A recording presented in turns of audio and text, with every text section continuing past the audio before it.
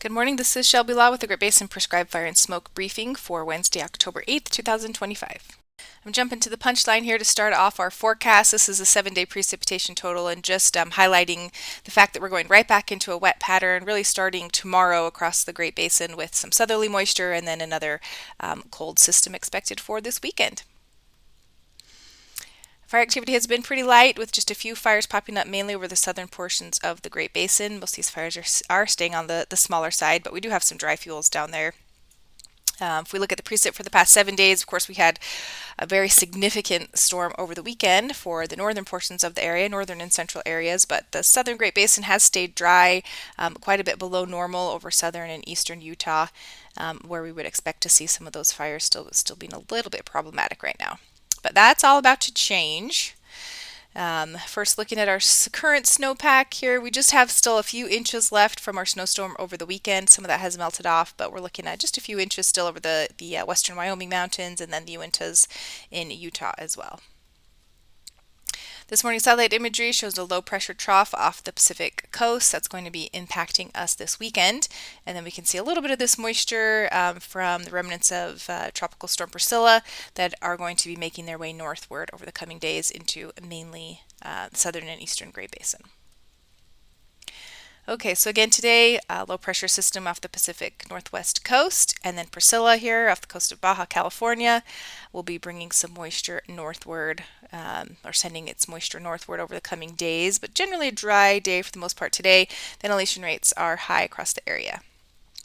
We do have some gusty transport winds out there, kind of ahead of this low. Those will continue to strengthen over the coming days as well, but some breezy winds there over southern Nevada, parts of southwest Utah, western Wyoming, kind of just a general breezy day in general, and high mixing heights area-wide.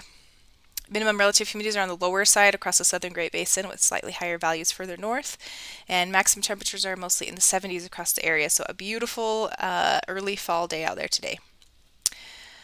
Tomorrow things start to change as that moisture is drawn up into the southwest. We'll see some storms beginning over southern and southeast Utah on Thursday, and that low strengthening or off the Pacific coast.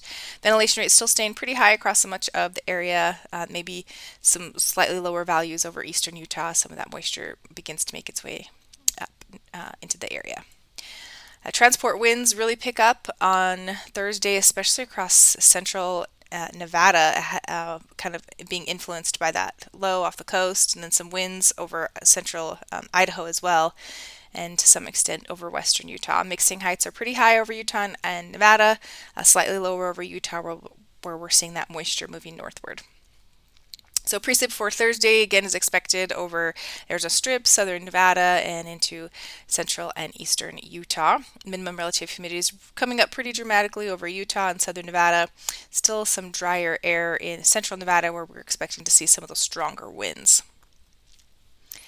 On Friday, moisture continues to spread northward into mainly Utah and far southern Nevada, with the dry conditions still over Idaho and northern and western Nevada as that low continues to strengthen and build off the Pacific coast. Ventilation rates are still pretty good over Utah and Nevada with some lower values, or Idaho and Nevada with some lower values over Utah.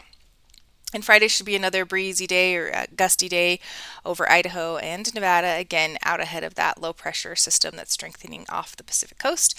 Mixing heights still staying quite high over Utah or over Idaho and Nevada, and a little bit lower over Utah again, where we're seeing those storms continuing with that tropical moisture.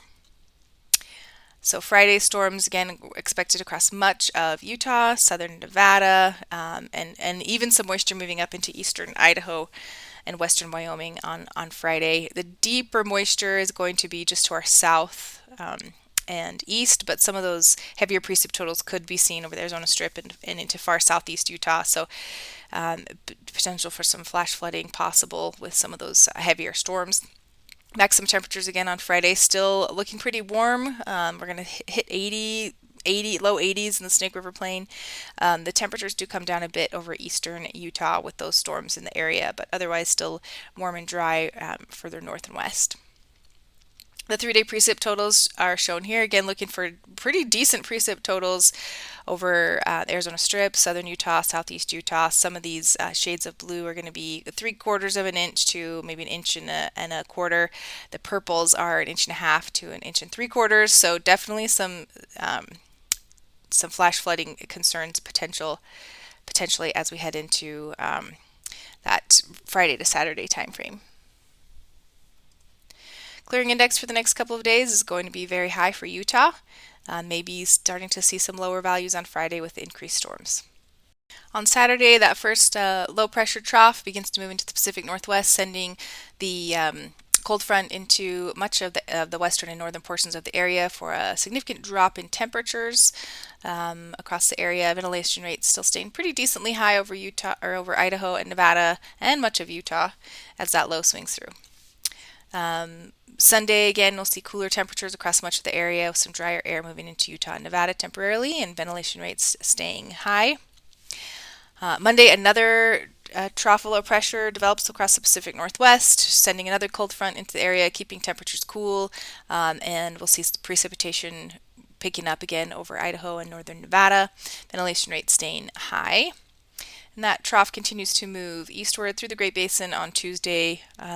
Again, just keeping temperatures cooler and some lingering precipitation across the north with high ventilation rates. So this brings us back to our 7-day precipitation totals.